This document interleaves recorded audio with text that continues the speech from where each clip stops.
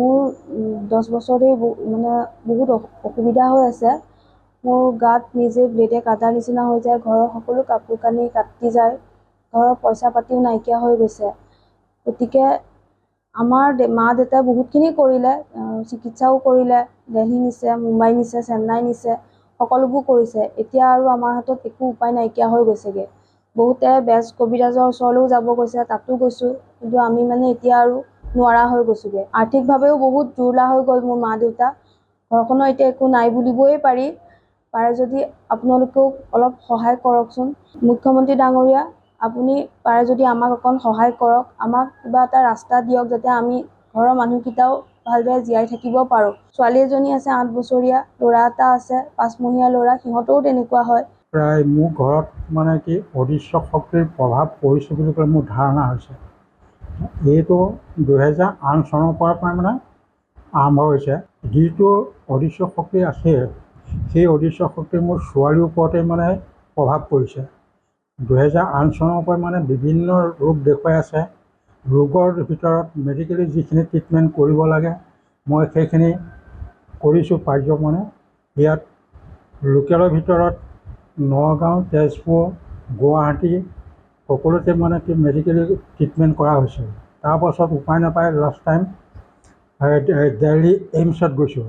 দিল্লী এইমছত যোৱাৰ পাছত দিল্লী এইমছৰ মানে হেৰি দিছে যে ছোৱালীৰ কোনো বেমাৰ নাই। ছোৱালী বেমাৰ থকা নাই, গতিকে আমি মানে তাৰপৰাও মানে গুচি আহিলোঁ। তাৰপৰা অহাৰ পাছত আকৌ মানে ঘৰত পোৱাৰ পাছতেই আকৌ মানে যেতিয়া ৰোগ আৰম্ভ হৈছে, ঘৰত এনেকুৱা অসুবিধা এটা হৈ আছে। ঘৰত তেতিয়া তাৰমানে কি হয়, ছোৱালীৰ গাত কটা যায়, ব্লেডে কটা নিচিনা, আৰু ঘৰৰ কাপোৰ কানি যিটো এটা পিন্ধা কাপোৰ কানি এইখিনি সকলোখিনি মানে কটা যায়। ঘৰত বৰ্তমান মানে একো নায়েই, এতিয়া এইটো হৈ আছিল। আৰু ঘৰৰ লকাৰৰ পৰা চাবি আমাৰ নিজৰ হাততে থাকে, মোৰ হাততে থাকে। এই চাবিৰ পৰা লকাৰৰ পৰা মানে টকা নাইকিয়া হৈ যায়। আজি ফেব্ৰুৱাৰী 2024 ফেব্ৰুৱাৰী 20 তাৰিখে মই গম পালোঁ যে তাৰপৰা মানে টকা নাইকিয়া হ'ল। সেই টকা যেতিয়া নাইকিয়া হ'ল তেতিয়াৰ পৰা আৰম্ভ কৰিলোঁ যে গম পালোঁ যে এই বস্তুটো আকৌ আৰম্ভ হৈছে। তাৰপাছত ছোৱালীৰ গাত কটা আৰম্ভ হৈছে, কাপোৰ কানি কটা আৰম্ভ হৈছে। ইয়াৰ বিভিন্ন ধৰণৰ বেজ কবিৰাজ লগাই তাৰমানে আমি একো কৰিব পৰা নাই। আৰু লাষ্ট টাইম 2011ত নে 12ত চেন্নাই এপ'লত গৈছোঁ, এপ'ল' হস্পিটেল। চেন্নাই এপ'ল' হস্পিটেলত যাওঁতেও তাতো তাৰমানে ডক্টৰে বিভিন্ন ধৰণৰ পৰীক্ষা কৰিছে। পৰীক্ষা কৰি তাৰমানে ছোৱালীৰ যে একো নাই, বেমাৰ যে একো নাই, সেইটো মানে তেওঁলোকে স্বীকাৰ কৰি তাত মানে হেৰি কৰি দিছে, আমাক ক'লে যে কোনো বেমাৰ নাই।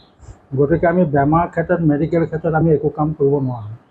যিহেতু এতিয়াতো আমিতো বেলেগ আশ্ৰয় ল'ব লাগিব। ঘৰত যিহেতু এইখিনি উপদ্ৰৱ চলি আছে, অদৃশ্য শক্তিৰ যিটো প্ৰভাৱ, আমিতো ধৰি লৈছোঁ যে অদৃশ্য শক্তি কিবা এটা বস্তু মানে আমাক কিবা এটা কৰি আছে। গতিকে আমি বিভিন্ন ধৰণৰ মানে তান্ত্ৰিক বা বেজ কবিৰাজ এনেকুৱা ধৰণৰ কৰিছোঁ। আৰু ধৰ্মীয় হিচাপতো আমি ইয়াত ঘৰত ভাগৱত পাঠ মানে আৰু এই শিৱ পূজা এনেকুৱা ধৰণৰ মানে আমাৰ ঘৰত কৰা হৈছে। কিন্তু তাতেও মানে একো ফল পোৱা নাই। সেই ফল নোপোৱাৰ ফলত এতিয়া তাৰমানে আমি এতিয়া বৰ্তমান আমাৰ এনেকুৱা অৱস্থা হৈছে, কাৰণ এই পইচা নাই কৰাত আৰু এই পাছবুক 3খন, ATM 2খন, এয়াও তাৰমানে ঘৰৰ পৰা নাইকিয়া হ'ল। গতিকে আমি এতিয়া মানে সম্পূৰ্ণ নিৰুপায় হৈ গৈছোঁ। আমাৰ এতিয়া মানে আৰ্থিক দিশ মানে একেবাৰে মানে দুৰ্বল মানে নাই বুলি ক'লেও মানে আমাৰ মানে হেৰি নাই। ওচৰ চুবুৰীয়া দুই এজনে অৱশ্যে সহায় কৰে, আহে মাতা বোলা কৰে, সহায় কৰে, কিন্তু তাৰ বাহিৰে আমাৰ বেলেগ আৰু উপায় নাই।